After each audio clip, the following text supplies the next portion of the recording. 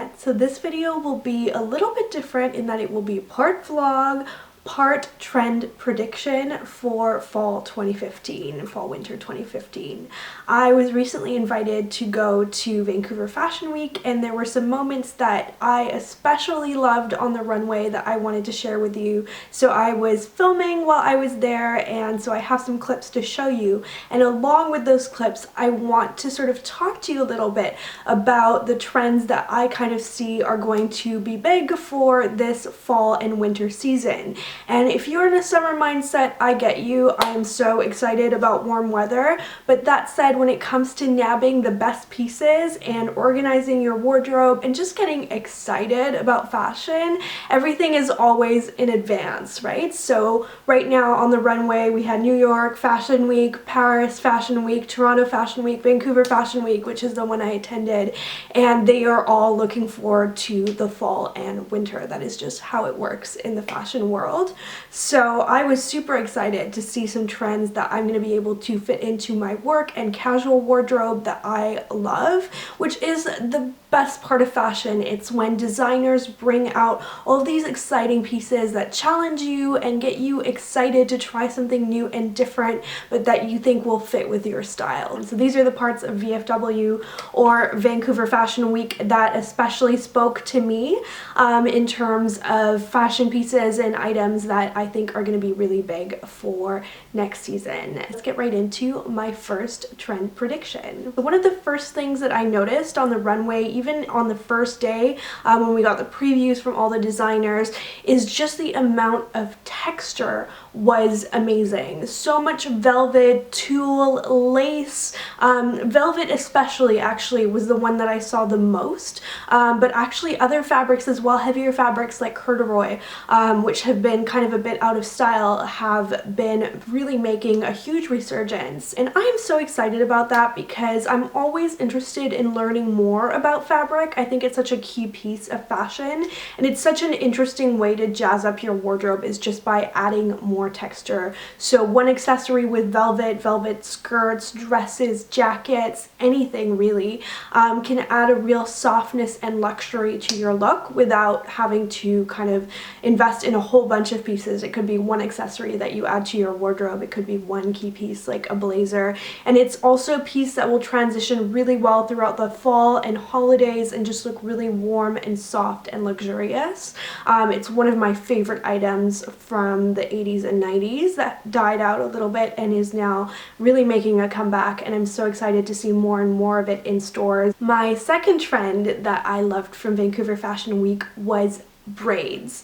I saw so many braids on all of the models, no matter what kind of look the designer was going for. So many sort of incorporated braids into the style of the models' outfits that they were wearing, and you saw some that were really edgy, others that were really classic and ladylike, but braids everywhere. A lot of fishtail braids, a lot of updos with braids, and often what that accompanied was actually really folkloric look. So think Heidi in the Hills, full out Sound of Music. A lot of designers were really going for that look, and I kind of loved it, which makes sense given that I stage managed the Sound of Music when I was in high school, so I guess that kind of soaked into my psyche a little bit. But I think it's such a fun girly look. A lot of blousey tops, a lot of little corset detailing going on, but just honestly in terms of hairstyle, braids were the number one that I saw on the runway, which I thought was really interesting. I think we're starting to see only the very tip of the iceberg on Instagram. Instagram hair is huge. All these beautiful hairstyles that you see, but a lot of what I saw on the runway was actually a bit more deconstructed and messy and not overly complicated. Another trend that I saw in so many collections is monochrome, and each designer had a very different take on what this means. My favorite was probably a lot of black and white because I really gravitate towards that, and I really liked the way some of them were doing this really long, lean look in kind of ivory and cream color. colors. If you guys have seen Made in Manhattan, it's not really a fashion movie, but Jennifer Lopez does have this moment where she borrows a suit with a beautiful pea coat and long kind of palazzo pants in a really gorgeous ivory, and that sort of whole monochrome head to toe one color look again kind of went out of style, and I think it's coming back for fall winter 2015, which is exciting because it's such a very professional grown-up look that I really like, and I don't really have much of it in my wardrobe other than just your standard black or blue suits. So the idea of going with something really creamy and luxe is exciting and challenging to me. Midi skirts have been in for a while now. They were big for spring, they were big for summer. They're really making a transition into fall, but the hemline is a little bit higher, which is kind of exciting because on a more petite girl like myself, that can be a lot more flattering.